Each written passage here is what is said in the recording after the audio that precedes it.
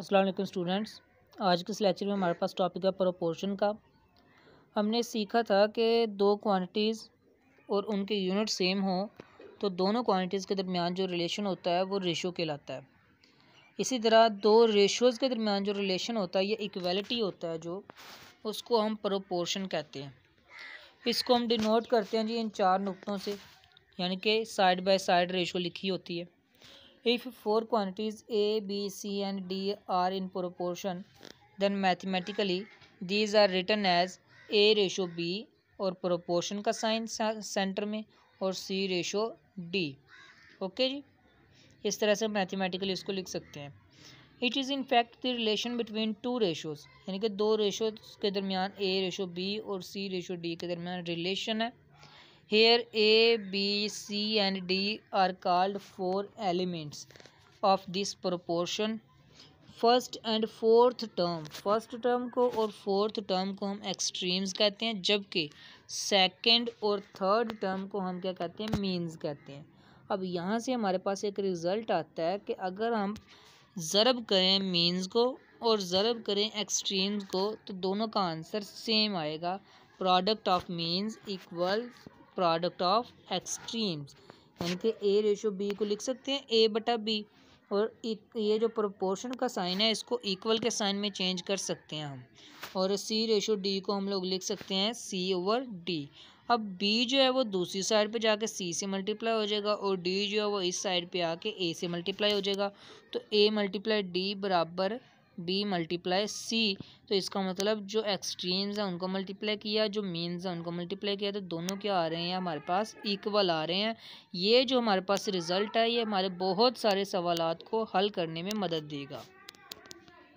जैसे यहाँ पर रिमार्क्स लिखा हुआ है कि अगर हमें चार टर्म्स में से कोई एक टर्म मिस है ना तो हम इस रिज़ल्ट को इस्तेमाल करके वो फाइंड कर सकते हैं। इसी तरह दूसरा इसमें रिमार्क लिखा है कि जो प्रोपोर्शन का सिंबल है इसको हम रिप्लेस कर सकते हैं इक्वल के सिंबल से।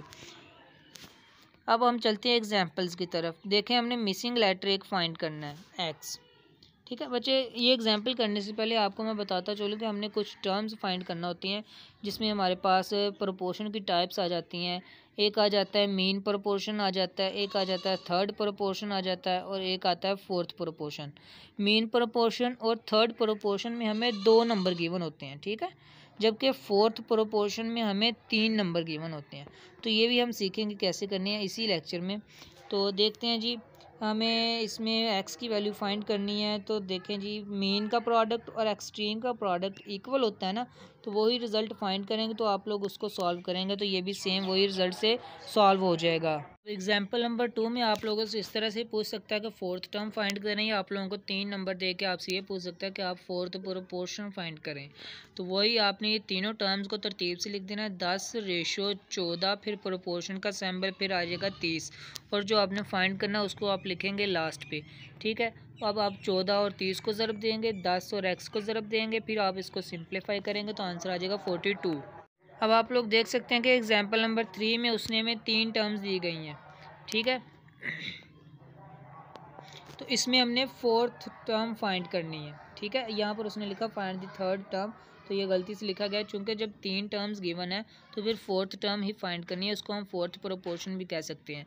तो सेम हम लिखेंगे 3 रेशो 6, फिर आप लिखेंगे जी प्रोपोर्शन का सिंबल, फिर लिखेंगे 20 और फिर लिखेंगे 20 रेशो x।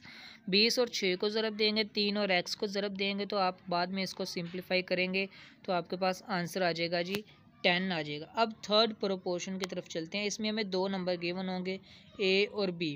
हमने इनको लिखना कैसे होता है, जो हमने थर्ड प्रोपोर्शन बच्चों फाइंड करना ना उसको हम लास्ट पे लिखेंगे x की फॉर्म में, ठीक है, और जो पहली टर्म होगी ना a उसको हम स्टार्ट पे लिखेंगे। अब रह गई दरमियान वाली टर्म b, उसको हम लिखेंगे प्रोपोर्शन के लेफ़्ट साइड पे भी और प्रोपोर्शन के राइट साइड पे भी। इसका क्वेश्चन करते हैं 3 रेशो 9। हमने क्या करना है जी, थर्ड प्रोपोर्शन फाइंड करना है। तो जो हमने ये स्टार्ट वाला है ना नंबर, तो इसको स्टार्ट पे लिख दिया, और जो हमने फाइंड करना उसको हमने लास्ट पे लिख दिया। अब प्रोपोर्शन के राइट पे भी हम 9 लिखेंगे और लेफ़्ट पे भी हम 9 लिखेंगे, तो ये हमारे पास थर्ड प्रोपोर्शन का बन जाएगा सिंबल। और 9 को 9 से मल्टीप्लाई करवाएंगे, 3 को x से मल्टीप्लाई करवाएंगे और बाद में सिंप्लीफाई करेंगे तो आपके पास आंसर आ जाएगा 27। एग्जाम्पल नंबर 5 में आपने मेन प्रोपोर्शन फाइंड करना है। इसमें भी आपको 2 नंबर गिवन होते हैं। अब आपने इसमें फाइंड करना है मेन प्रोपोर्शन। आप लोगों को पता है कि जो सेकंड और थर्ड टर्म होती है ना वो मीन कहलाती है, तो हमने वही फाइंड करनी है, ठीक है। तो ये इसका मतलब ये 2 नंबर दिए हुए हैं, ये एक्सट्रीम्स दिए हुए हैं हमें। तो ये 3 आ गया इस साइड पे, 9 आ गया लास्ट पे। तो मीन है वो हमने फाइंड करना है, उसकी जगह पे हम लिख देंगे एक्स लिख देंगे। तो ये मेन प्रोपोर्शन का सिंबल आ जाएगा। एक्स को एक्स से मल्टीप्लाई करवाया तो एक्स स्क्वायर आ गया, 3 को 9 से ज़रब दी तो ये 27 आ गया। कैलकुलेटर से आप लोग लिखेंगे तो आपके पास आंसर आ जाएगा 3 × 3 स्क्वायर रूट। तो इसके साथ प्लस माइनस आ रहा है। तो देखें हम एक नोट पढ़ेंगे, शायद इसी लेक्चर में पढ़ें कि हमारे पास जो मेन प्रोपोर्शन होता है ना, अगर वो पॉजिटिव नंबर्स के दरमियान होगा तो वो पॉजिटिव होगा। तो आप इसके साथ जमा माइनस ना भी लिखें तो कोई फ़र्क नहीं पड़ता। जबकि अगर वो नेगेटिव नंबर्स के दरमियान होगा तो वो नेगेटिव होगा, ठीक है। तो एक्सरसाइज की तरफ चलते हैं।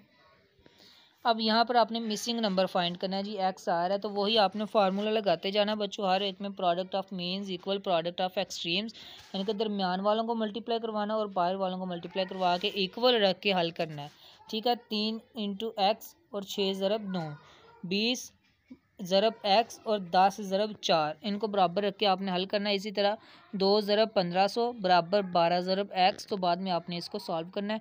सॉल्यूशन बच्चों आप लोगों के सामने। पहले का आंसर आ रहा है आप लोगों के पास 6/5, ठीक है।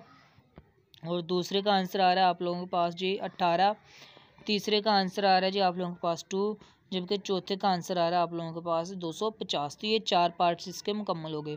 अब क्वेश्चन नंबर 2 की तरफ चलते हैं। हमने फोर्थ प्रोपोर्शनल फाइंड करना है, यानी कि 3 टर्म्स गिवन है, हमने फोर्थ फाइंड करना है। तो ये फोर्थ जो हमने फाइंड करना है उसको लिखा लास्ट पे, फिर ये 20 प्रोपोर्शन और यहाँ पर 6। तो इसको आप लोगों ने अब सॉल्व करना, बड़ा इजी काम होगा। 20 को 6 से ज़रब दें, फिर लिखें बराबर, इस प्रोपोर्शन को बराबर में लिख कन्वर्ट कर दें। 4 को x से ज़रब दे दें तो ये आ गया 4x और ये आ गया 120। 4 दूसरी साइड पे जाकर डिवाइड होगा तो इसका आंसर आ जाएगा 30। अब थर्ड वाला क्वेश्चन है, उसमें मेन प्रोपोर्शनल फाइंड करना है। तो वो आ जाएगा मेन पे आ जाएगा x और ये जो एक्सट्रीम वैल्यूज़ हैं इधर आ जाएगा 24 और इधर आ जाएगा 8। अब एक्स स्क्वायर बराबर हो गया 24 ज़रब 8 के, वो आ गया 192। दोनों तरफ स्क्वायर रूट लिया तो हमारे पास आंसर आ गया 8 × 3 स्क्वायर रूट। पॉजिटिव का क्यों लिखा? क्योंकि ये 24 भी पॉजिटिव और 8 भी पॉजिटिव। तो पॉजिटिव वैल्यूज़ के दरमियान ज्योमेट्रिक मीन या मेन प्रोपोर्शनल हमारे पास पॉजिटिव होता है। ये इन्होंने नोट में लिखा हुआ है, ठीक है। अब हमारे पास क्वेश्चन नंबर 4 है, कहते हैं थर्ड प्रोपोर्शनल फाइंड करना। आपने तो देखें थर्ड प्रोपोर्शनल है 2 square root ratio 8 square root proportion 8 square root ratio x, ठीक है। अब इन दोनों को मल्टीप्लाई करवाया तो ये आ गया हमारे पास 8 स्क्वायर रूट का स्क्वायर, तो आंसर आ गया 8 इक्वल 2 स्क्वायर रूट को मल्टीप्लाई करवाया x से तो ये आ गया 2 स्क्वायर रूट इंटू x, ठीक है जी। यहाँ से अब हम 2 स्क्वायर रूट इधर मल्टीप्लाई हो रहा है, दूसरी साइड पे जाकर डिवाइड हो गया तो हमारे पास ये आंसर आ गया। इसको आप मज़ीद सिंप्लीफाई कर सकते हैं कैलकुलेटर से, वो आएगा 4 × 2 स्क्वायर रूट। ये इन्होंने इधर सिंप्लीफाई किया भी हुआ है बॉक्स में, ठीक है जी।